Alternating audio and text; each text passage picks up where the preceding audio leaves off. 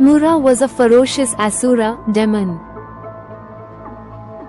Mura was the Asura born to Sri Kashyapa Prajapati, son of Sri Marichi, son of Sri Brahma, of his wife Sri Danu Devi.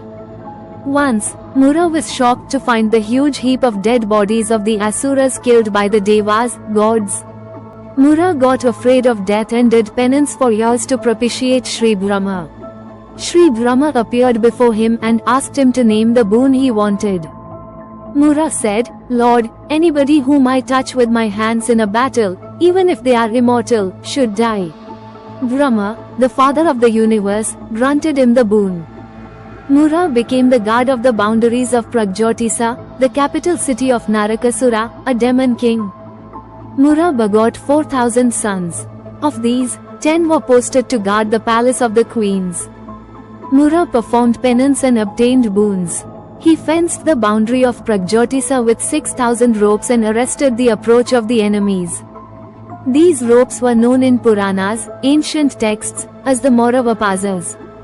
Mura, who became arrogant by the power of the boons he possessed, went to Mahameru and challenged the Yaksas, nature spirits, usually kind-hearted, but sometimes mischievous, and Gandharvas, demigods who serve as the musicians of the Devas, to a fight. But none dared to fight with him. Then, he went to Amravati, capital city of heaven, and challenged Sri Indra. Sri Indra, king of gods, also, did not accept the challenge. Then, he entered Amravati with a raised hand. Nobody stopped him. Going to the palace of Sri Indra, he said, "Oh, 1,000-eyed Deva, fight with me or leave this place." On hearing it, Sri Indra left his place and came to earth. Then, Mura took possession of Airavata, elephant of Sri Indra, and Vajra, weapon of Indra. He lived in Devaloka, heaven, with Maya, Tara and other Danavas, demons, enjoying the luxuries there. Along with his wife, son and other Devas, Sri Devendra established himself on the southern bank of Kalindi river on earth. Then, one day Murasura came to the earth on the Airavata and landed at a place on the banks of the river Sarayu where Sri Raghu, a king of the solar dynasty, was conducting a yaga, ritual done in front of a sacred fire. Murasura went to Sri Raghu and said, "Come on, fight with me or you should stop this yaga.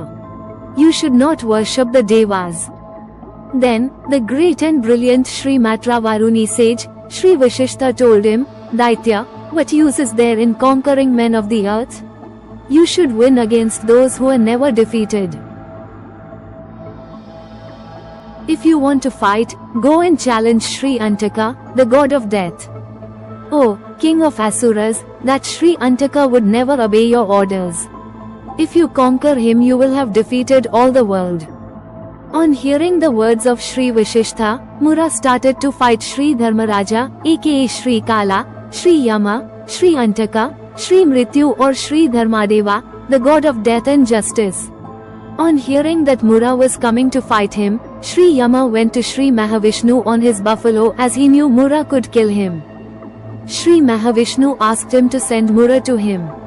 Sri Yama returned to his place, to see Mura there, ready to fight.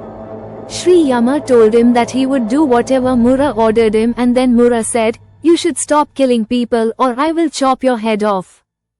Sri Dharmaraja replied, "Mura, if you had been the person who had appointed me for this job, I would have willingly followed your instructions. But I am under the control of somebody else." Mura asked, "Who is the person superior to you? Tell me, I shall surely defeat him."